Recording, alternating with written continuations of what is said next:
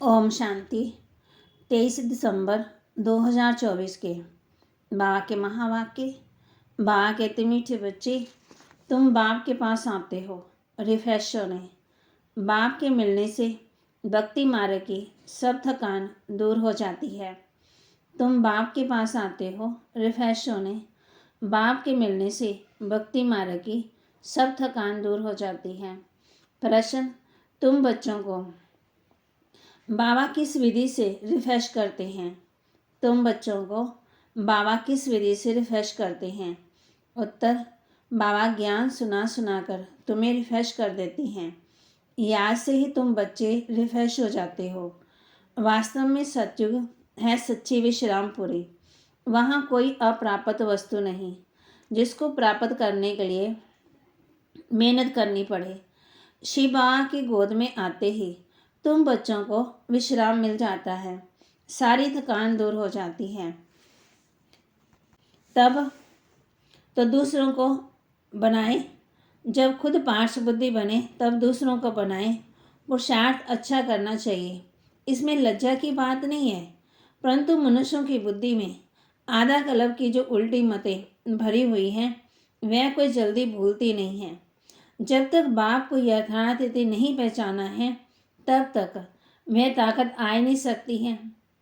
बाप कहते हैं, इन वेदों शास्त्रों आदि से मनुष्य कुछ भी सुधरते नहीं हैं, दिन प्रतिदिन और ही बिगड़ते जाते, सतो प्रधान से तमो प्रधान ही बने।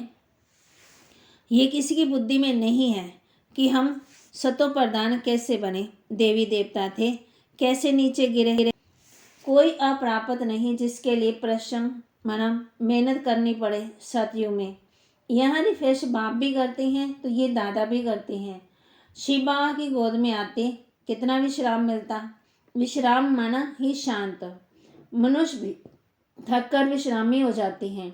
कोई कहाँ विश्राम के लिए जाते हैं, लेकिन उस विश्राम में रिफ्रेशमेंट नहीं है। यहाँ तो बाप तुम्हें ज्ञान सुनाकर रिफ्रेश करते हैं।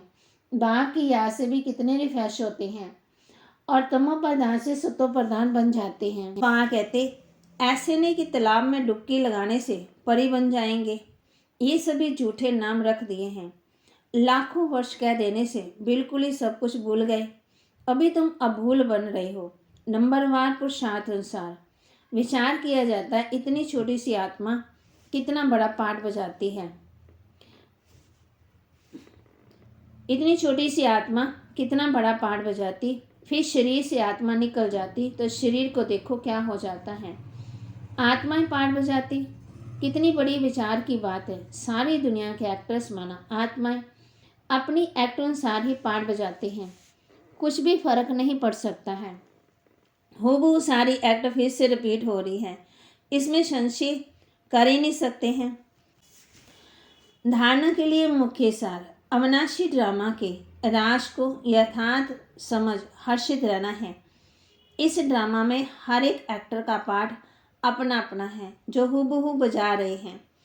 अविनाशी ड्रामा के राज को यथार्थ समझ हर्षित रहना है। इस ड्रामा के हर एक एक्टर का पार्ट अपना अपना है जो हूबहू बजा रहे हैं। एम ऑब्जेक्ट को सामने रख खुशी में खगियां मारनी है। बुद्धि में रहे कि हम इस पढ़ाई से ऐसा लक्ष्मीनारायण बनेंगे। एम ऑब्जेक्ट को सामने रख खुशी में खगियां मारनी है। बुद्धि में रहे कि हम इस पढ़ाई से ऐसा लक्ष्मीनारायण बनेंगे। वरदान, याद और सेवा के शक्तिशाली आधार द्वारा तीव्र गति से आगे बढ़ने वाले मायाजीत भव। याद और सेवा के शक्तिशाली आधार द्वारा तीव्र गति से आगे बढ़ने वाले मायाजीत भव।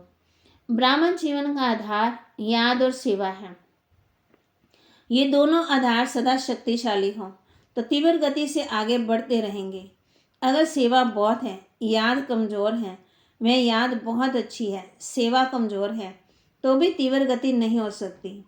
याद और सेवा दोनों में तीव्र गति चाहिए। याद और निस्वार्थ सेवा साथ साथ हो तो मायाजीत बनना सहज है। हर कर्म में कर्म की समाप्ति के पहले सदा विजय दिखाई देगी। हर कर्म में कर्म की समाप्ति के पहले सदा विजय दिखाई देगी। स्लोगन, इस संसार को अलौकिक खेल और परिस्थितियों को अलौकिक खिलौने के समान समझ कर चलो। इस संसार को अलौकिक खेल और परिस्थितियों को अलौकिक खिलौने के समान समझ कर चलो। बाबा की महावाक्य को लाइक करें, शेयर करें, सब्सक्राइब करें और अपने जीवन में धारण करें।